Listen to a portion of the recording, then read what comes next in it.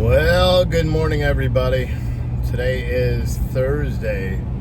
It's 2025. It's the new year, January 2nd. Many of you guys know this is not going to be like my normal chirpy, happy video because, well, it seems that America may or may not be under attack right now. By who? That is the real question, because who the hell knows what's going on? So, for anyone that doesn't, if you live under a rock, America was attacked yesterday morning, when a 42-year-old terrorist drove his car through the New Year's Eve celebrations in New Orleans on Bourbon Street, where he drove a rented truck around 3 o'clock in the morning, striking dozens of people. 12, or I think now the number's up to actually 15 people lost their lives. Dozens more are still injured, many in critical condition. After he crashed his truck, he ended up getting out and engaging in a shootout with police. 2 police officers were shot. Both are expected to be okay. But a lot of information has come out about this, right? So the whole city of New Orleans is basically, everybody's worried except the weird politicians, which is odd. They believe that there's a huge manhunt going on because they believe that this terrorist had accomplices. And they found IEDs, or improvised explosive devices, spread all throughout New Orleans. At least 2 of them were viable and were real IEDs that were set out. And they were set out by people that were not this terrorist. So they believe there could be a terrorist cell available, out and about. And while that was going on, while the investigation was going on about that, another terrorist attack took place outside of the Trump Hotel in Las Vegas, where a Tesla packed with fireworks and gasoline and camping oil and exploded, was detonated, a Cybertruck right in front of the hotel, killing the driver, who turns out to be I believe a 30-year-old or mid-40s American citizen.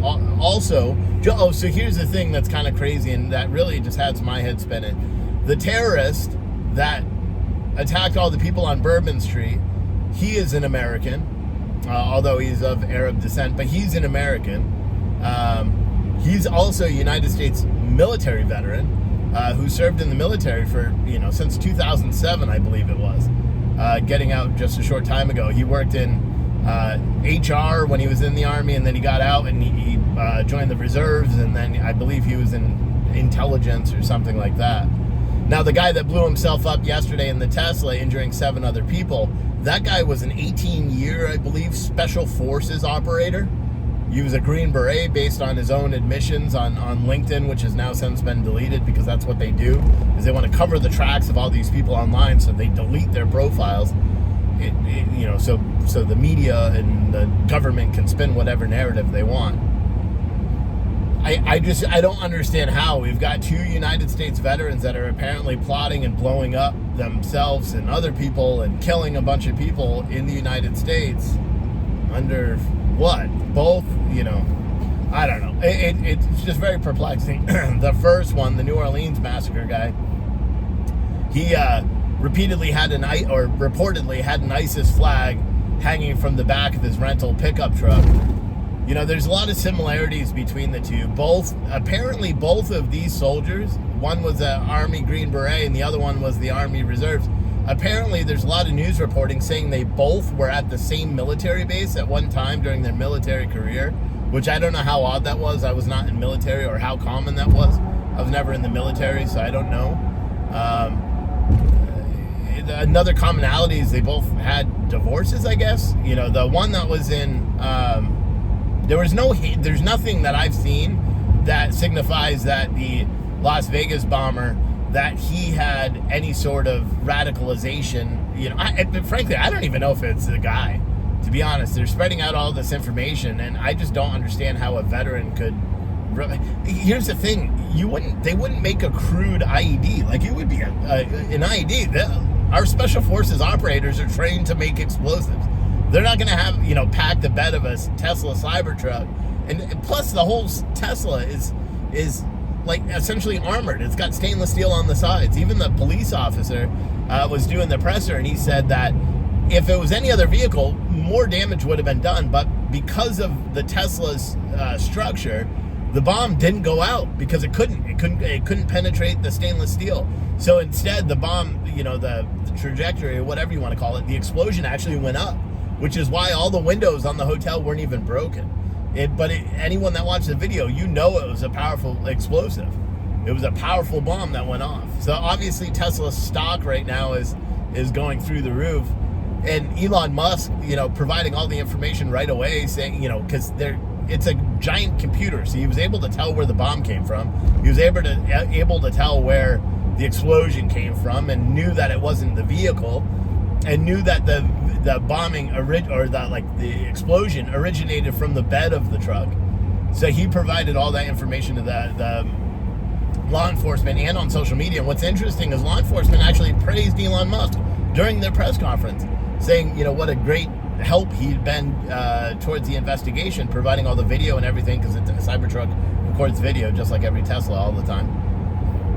But this explosion is just, both of them together just don't make a hell of a lot of sense to me. I understand how someone could be radicalized, I suppose. I don't personally understand it, but I know it can happen. I've seen it happen so many in these instances, so many times. But my God, the amount of people that are impacted by, these terrorist attacks, which is the purpose of terrorist attacks, is stunning. And with the second scenario this morning, I really just don't understand how I'm expected to believe it was this dude, or how anybody else, because you would think that someone with special forces training could actually make a more productive bomb if that's what he was trying to actually do. The first person had bombs. The first terrorist, I don't even want to call him a person because they're not. The first terrorist, he had bombs that they left all over.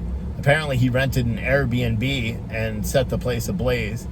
And they're looking for other people that helped to make the bombs, that helped, like one of the guns that he had on him when he was gunned down by police after opening fire and killing all those people, was apparently stolen from New Jersey.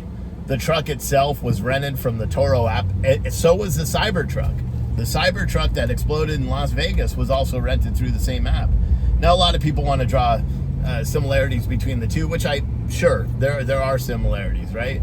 But the Toro app, they have 350,000 vehicles and they have 2.8 million rentals a year. Those are estimated numbers, but probably fairly accurate. So, this thing keeps happening and happening. And more news keeps coming out, and it's just making me really scratch my head even more because I don't understand. Are we under attack? Now, the news is talking about the Sugar Bowl. Notre Dame was supposed to play, I believe, Alabama yesterday. They postponed the game until 4 o'clock today, the college bowl game. And come on, what are you doing? Why are you driving so damn slow? I gotta move over to that lane. I went the long way to work so I could make this video longer, but people are driving. They probably see me recording, whatever.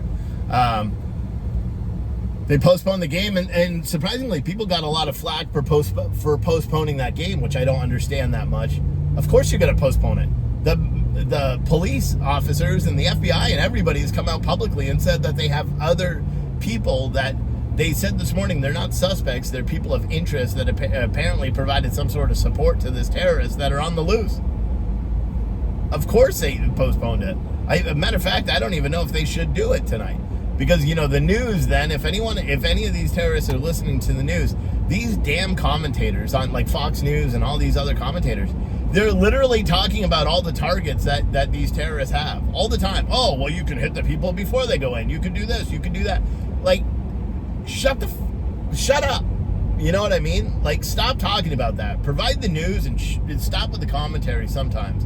Because I feel like they put more people in danger than they're, or maybe they're just trying to keep everyone away from the football games.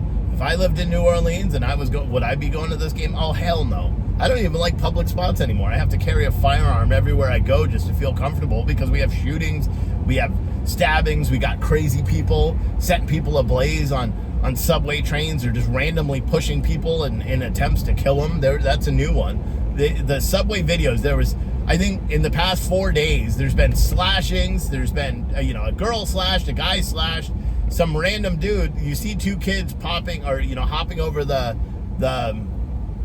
things so they don't have to pay to get on the subway. And you see some random guy standing by the train, some other random guy just walks up to him and pushes him into an oncoming subway train. Somehow that guy survived, which I don't even understand how. But that was just like 2 days ago. And again, they caught him, the guy that pushed him. But they're not really going to do anything about it. Last night in Queens, there's mass shootings. There's mass shootings all over the place. Last night in Queens, there was mass shootings. I think 13 people were shot. The night before in New York as well, I think 2 people were shot, 7 other people injured in mass shootings. Now, keep in mind, you don't hear about those mass shootings much. Whoa, that was stupid. You don't hear about those mass shootings much because, well, the victims are minorities and nobody talks about it ever. You know, they'll talk about it just for a second, but they're going to talk about these terrorist attacks right now in the news because, well, they're really more important, if you ask me. I mean, no, they're not more important. It's more, what the hell's the expression? It garnishes more news. I think any death, it should be publicized, you know, and so awareness is brought, right? I think we should talk more about inner city gun violence because then maybe more people will give a shit about it. You know, I've long maintained that ever since doing the Citizen Stringer and PT News. I did the mass shooting weekly report where we reported on all the mass shootings, not just the ones with white victims. Or, you know, because that's the ones that mainstream media jumps on, and, you know, we report, you know, 78% of mass shootings are handguns, but it's weird because we all thought the mass shootings that have to do are all long arm assault rifles. I don't know. We live in a weird place, a weird country right now, and I tell you what, it's just getting weirder and weirder and weirder. You got, on the same day that there was a terrorist attack linked to the ISIS. You got people marching in New York City, by the thousands of people marching in New York City, chanting Intifada, you know, holy war, or whatever the fuck it means, marching down about the Israel-Palestine, Gaza, you know, war that's going on. You got people literally chanting that. You got people attacking police officers left and right. You know, I think in the past 3 or 4 days, there's also been several dozen, or not dozen, but there's been several different instances where police officers have been forced to use their weapons in their own defense or in the defense of others. This country is not what it was when I was a kid.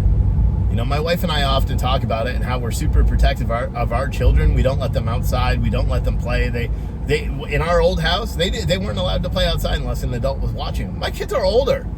14 and 9. We don't even let them play outside. Even now, they're not allowed to play in the front yard of our house. They're only allowed to play in the backyard, and it's fenced. And even still, if I hear them be silent for like 2 minutes, I go and check on them. Not because they're probably into some shit that they shouldn't be and they're being quiet about it. No, because I don't know what's going on. Did someone else come into my house? You know, luckily we got the 2 big-ass dogs that'll rip apart someone if they ever try to come into my house. Or into my property. Those dogs are crazy. But I don't know, man. This is the world we live in, apparently, and it's just sad. It's sad. You know, the title of this video is you know, is America under attack? I think I'll be honest, I think we've been under attack for a long time. I think everyone becomes complacent and we don't think that anything is real, or that that we don't have any risk of this stuff happening. You know, or there's less of a risk, and everyone kind of mellows out, and then boom, we have another one. You know, these vehicle-borne attacks, we've known that they're going to happen for a long time because, well, the media's told us that, and the government has warned against that. You know, I'm glad they're classifying this as a terrorist attack. A lot of people are, you know, a lot of conservatives are focusing on the fact that this FBI agent, the June deputy agent in charge or whatever, she's got a nose ring and they're calling her a DEI hire because she's black. Fuck you guys. Excuse my language, but seriously, all you fake ass, do you care about the country? Like, instead of just being like, oh, calling her a DEI hire, she said at first that there was no indications of terror because she wasn't releasing the public. She didn't want to release to the public until they had all information. Do I agree with that? No. Did they know there was an ISIS flag on the back of the truck at the time of the press conference? Yeah. Which is why the mayor said that it was a terrorist attack first thing in the morning. But that lady was probably following. Remember the two, or the guy that killed the 2 Capitol police officers after January 6th, the same year. He killed the 2 Capitol police officers, ramming them and then getting out and trying to stab them before he was gunned down. I think he killed one, severely injured the other. That they didn't call that a terrorist attack, and they actually came out first thing in the morning that day and said it wasn't a terrorist attack. To me, that's a terrorist attack. I don't care who you are. But because he was all the black Hebrew, he was something. He was radicalized. But they say it wasn't radicalized. I don't know.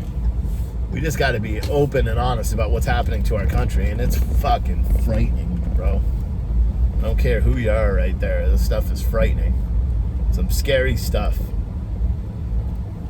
Anyway, I just got to the office. I'm going to go in and try to work a full day and whatever. I'll post this video. Please make sure to like, share, subscribe. Leave a comment. You know, what do you think? Do you think I'm right? Should we all worry about what's happening to our country? Or should we just, worry about ourselves like we've been doing forever? I don't know.